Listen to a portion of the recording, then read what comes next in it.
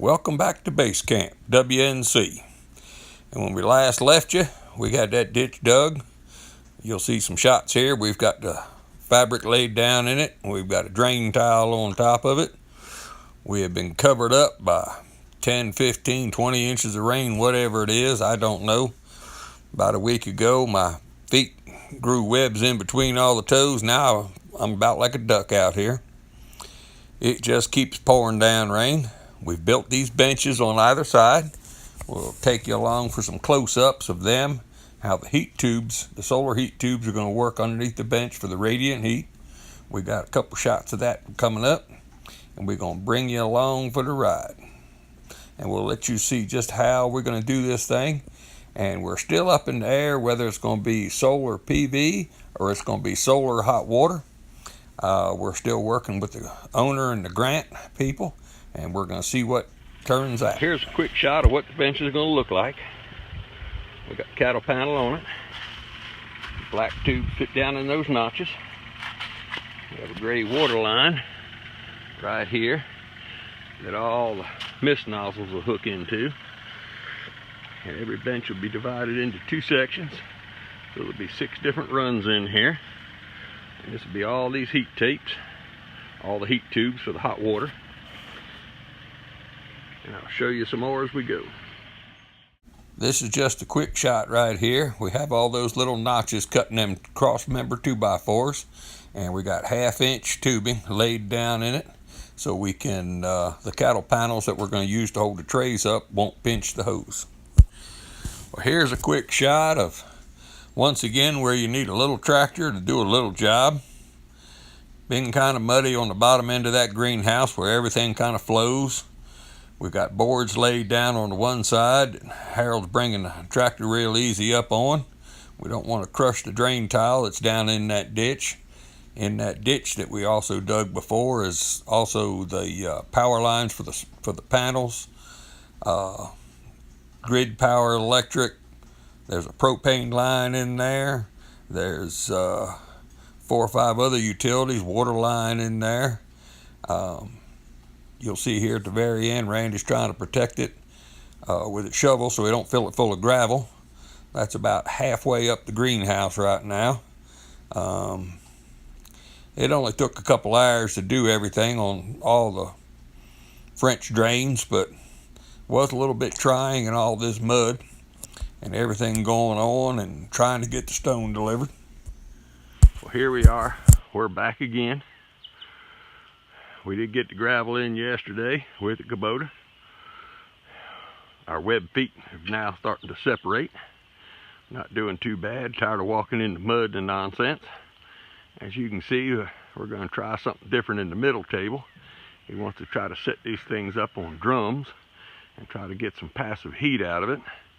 I don't know how that's going to work. It's going to be a little bit on the high side, but they might have to build up some gravel in the walkways to make up the height difference. We're going to see how that goes, but we're going to build this first table on drums and see how it looks.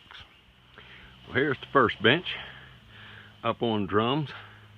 Get a little bit of passive solar out of the drums. Will be filled full of water. It'll be up at a height where they'll be able to work off of it for doing cuttings and just work on that table to do all their cuttings and set them down. Got the heat cables on. This white line right here is all the water line. After lunch here, we're going to start running the manifold to attach all the benches together. And we'll show you how that thing's going to get hooked up.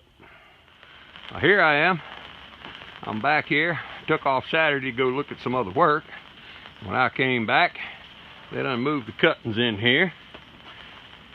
And Randy done set up a temporary irrigation line on a little 9-volt battery to irrigate them with. Working here today, getting that door done, get that end of it all done. Probably shouldn't show you this, but there's a electric panel box right there, kind of wired up above the irrigation. Comes up out of that conduit, which will be inside a waterproof closet. And then down this end, we got the 6-foot doorway framed up and a power ventilation fan in. A little bit different here on the floor right now. We have stopped the Johnstown flood. It still is raining outside. It's thundering, you may hear in the video.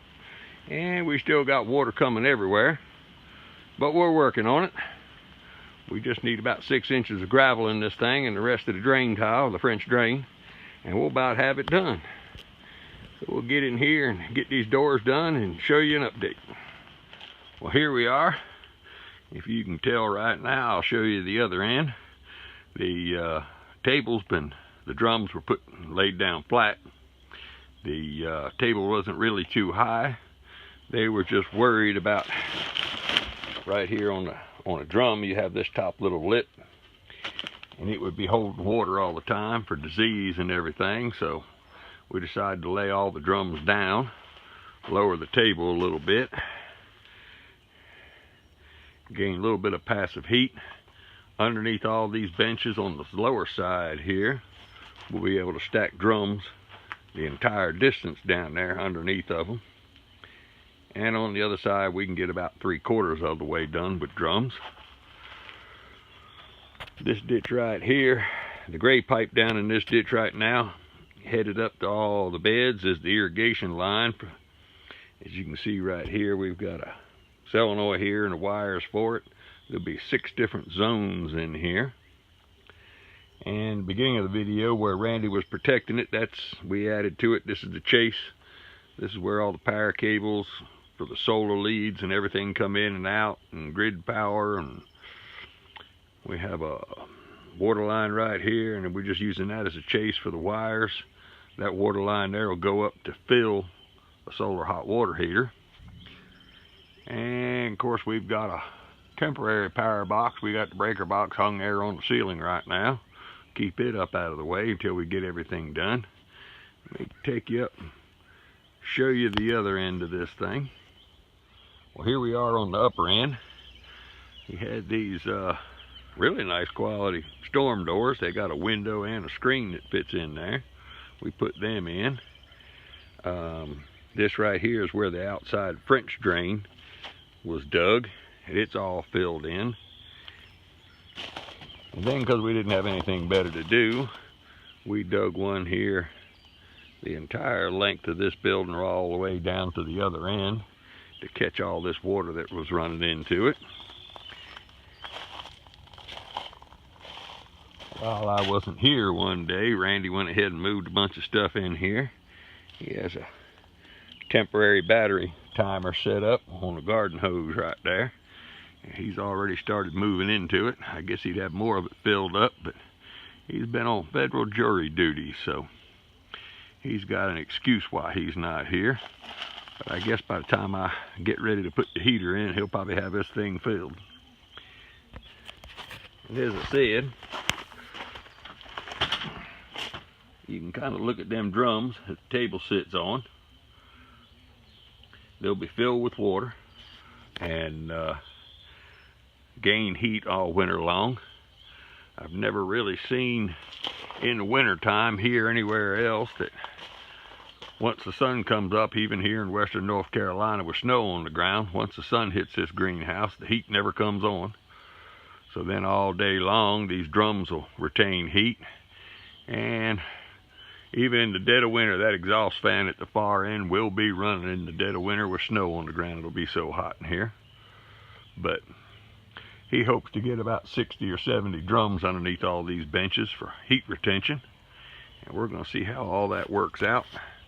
According to the boys at Appalachian State, if you do all that, you're not even supposed to need heat. They could never sell me on that idea. I just don't see any way possible that would ever work. But everybody's got an idea and a dream. Just a close-up of this bed. I never have really showed you how this thing's laid out. This gray line right here in the middle of this wide bed is for the irrigation. There'll be 2 sets. This is one whole set of heat cables on this side, one on the other.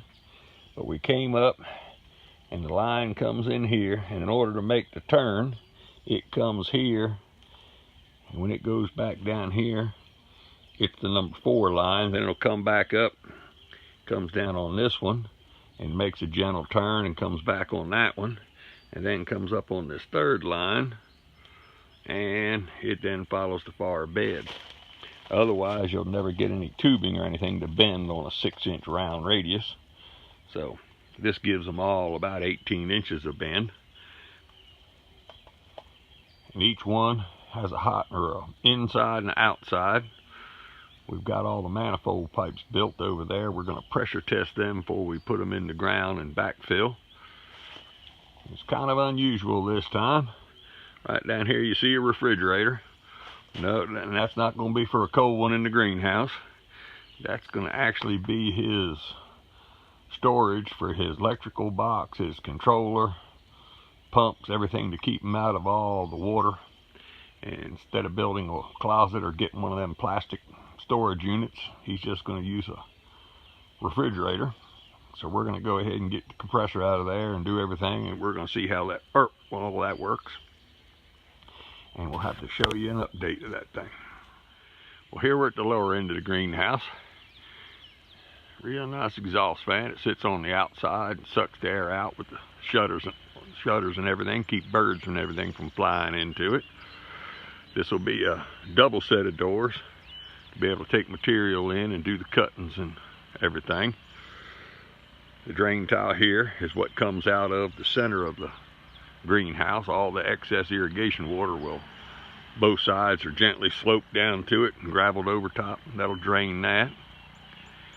This is the end of the drain tile coming out over here for that far French drain to catch all the water from the nursery from running in. And this is our access point. We dug a ditch from here. And that red building up here is his pump house. In that, we're going to drop down a deep well solar powered pump. And of course all the power lines and everything. This is what I said, the chase runs right here, runs up and comes up in the center of the greenhouse for all the power lines. We're still trying to figure out what we're going to do there, but we're looking at about 7,000–8,000 watts of solar for the electric hot water heaters, the solar pump. This thing will be run on battery backup. Everything in there will have a DC powered backup to it. Water pumping, ventilation fans, circulation fans, everything will be running off of DC power. And there's grid power stuck in there as well. Well, after working with the owner and his help and everybody else and my people, we've have come to the conclusion, and they will agree, that you need to put all the utilities in, all the ditch digging, everything else with a backhoe before you put the greenhouse up. They have seen, I think they even agreed that we would have been better to take this greenhouse down, put everything in with a backhoe than a shovel. But like I said in the first one, there'll be 4 of them. There'll be one over here parallel to this one right below it. And this is their temporary structure they've been working in, so there'll be one here and then one on the other side. But this greenhouse here is the first of 4. We've got to restretch that plastic on the greenhouse. He's going to put that up, and then he's going to put the second layer on it. It'll have a ventilation fan that'll blow air from inside the greenhouse between the 2 layers to give it a cushion and give it more insulation value. They'll do that on the ends and on the whole hoop house. So as usual, if you like it, tell your friends about it, subscribe to it. My website's right there. Like I said, we are a full service contracting group. We come in here, we'll build the greenhouses, your house. We do everything on the ground, above ground, and below ground. Whether it's solar power, water moving, consultant services. If you just need help laying things out, that's where the Carolina Homestead Planner comes from. So like it, subscribe, tell your friends about it. Thank you for watching.